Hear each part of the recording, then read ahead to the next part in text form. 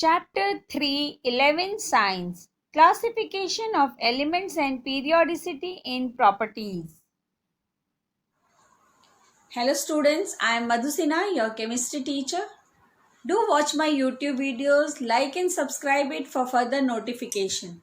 By this upcoming video, we will discuss why there was a need for classification of the element and early attempts made by scientists like Dobriner, Newlands and Mendeleev for the periodic classification of the elements.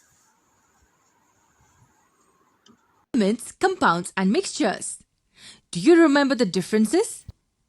Mixtures are like food items that we consume. They contain everything in proportion that we desire. We can add or remove a substance according to our need. Compounds, on the other hand, are those which have substances in fixed proportion. So if you change the proportion of substances, it will affect the compound and render it changed.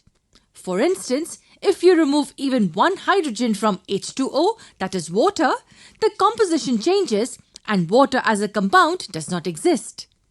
Thus, fixed proportion is a must in compounds.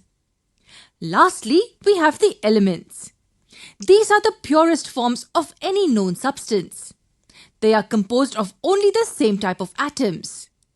There are neither proportions nor random mixing of substances. So can we say that compounds and mixtures are made up of elements? Absolutely. So in nature, it implies that elements are the basic forms of every material that we find around. And hence, in order to study every substance around us, we need to begin with studying the various elements. So where do we begin?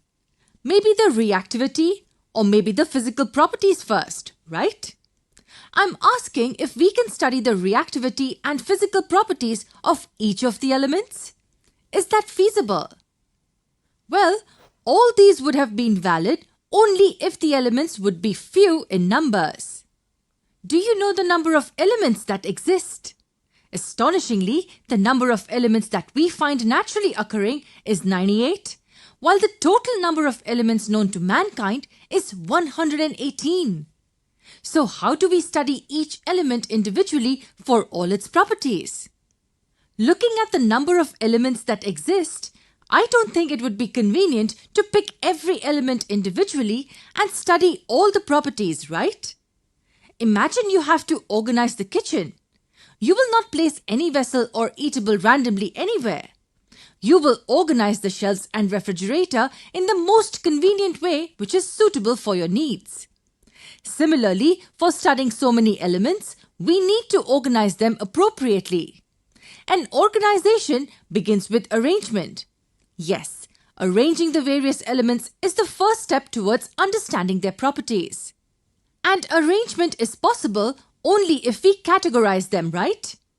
This is how we organize the elements. And this process of categorization helps us study the elements with ease. In other words, we've classified the elements here.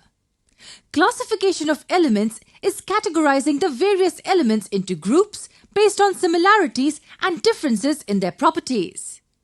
The classification system helps us in grouping the various elements into categories which we refer to as the periods. Hence, the system is also referred to as the periodic classification of elements. Slowly, with the discovery of new elements, it was very difficult to remember their properties individually. Hence, a need was felt to classify and simplify the study of the properties of various elements by arranging them in proper order. The following are the advantages of classification of the elements.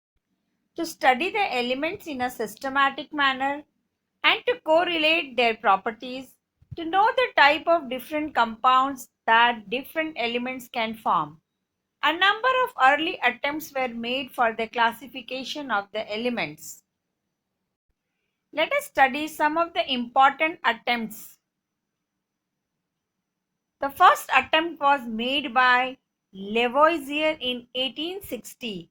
He classified the elements on the basis of their physical and chemical properties into metals and non-metals.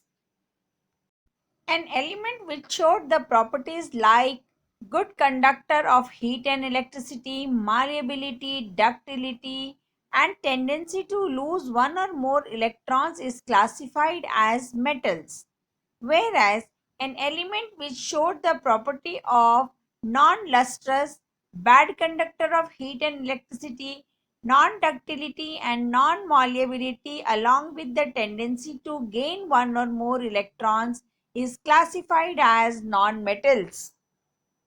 His classification was rejected as some of the elements showed the properties of both metals and non-metals. Such elements were known as metalloids. Another classification was made by scientist Dobriner in 1817. Dobriner classified the elements into a group of three elements such that the three elements are arranged in the increasing order of their atomic masses. According to Dobriner, the atomic mass of the middle element was the arithmetic mean of the atomic masses of the first and the third element. The group of such three elements were known as triad by Dobriner. The main disadvantage of Dobriner's triad was that it was not applicable to all the elements known at that time. However, one point became clear that properties of the elements have some relationship with their atomic masses. The next attempt was being done by John Newland, an English scientist in 1866. At the time of Newland, 56 elements were known. According to Newland's law of octaves, when elements are arranged in the increasing order of atomic masses, there is repetition of the properties of every eighth element as compared to the given element. There are 7 musical notes according to Indian system. These musical notes are sa, re, ga, ma, pa, dha, ni. In the musical note, there is repetition of the same note after a gap of 7. By coincidence, Newland found the same pattern in the arrangement of the elements. The main disadvantage of Newland's classification was that he could apply this law only up to element calcium. Newly discovered elements could not fit into the octave structure. The most successful attempt among all the earlier attempts of classification of element was done by Russian chemist Dmitry Mendeleev. He noticed a relation between atomic masses of the element and their physical and chemical properties. On the basis of this, he came up with a law known as Mendeleev's periodic law. At the time of Mendeleev, only 63 elements were known. Mendeleev arranged the elements in 7 horizontal rows known as periods and 8 vertical columns known as group. The zero group was added later on in the modified Mendeleev periodic table. Mendeleev's periodic law states that the physical and chemical properties of the elements are periodic function of their atomic masses. He left some gaps in the periodic table thinking that the elements would be discovered in future. His periodic table did a systematic study of elements. However, Mendeleev's periodic table had certain drawbacks. Mendeleev could not give a proper place to hydrogen. He left hydrogen in the topmost left corner of the periodic table. Hydrogen resembles in properties to group 1a alkali metals as well as to group 7a, that is halogens. Hence, its position in Mendeleev's periodic table is controversial. Mendeleev could not give a proper place to isotopes also. Mendeleev's periodic table was based on increasing atomic masses. Hence, isotopes should get a place in the periodic table, but he was unable to provide proper place to isotopes.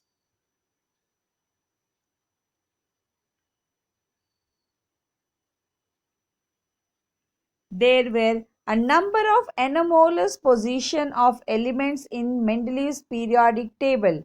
For example, he placed potassium 39.1 atomic mass after argon 39.9 atomic mass. The position of lanthanoids and actinoids were also not properly defined in Mendeleev's periodic table.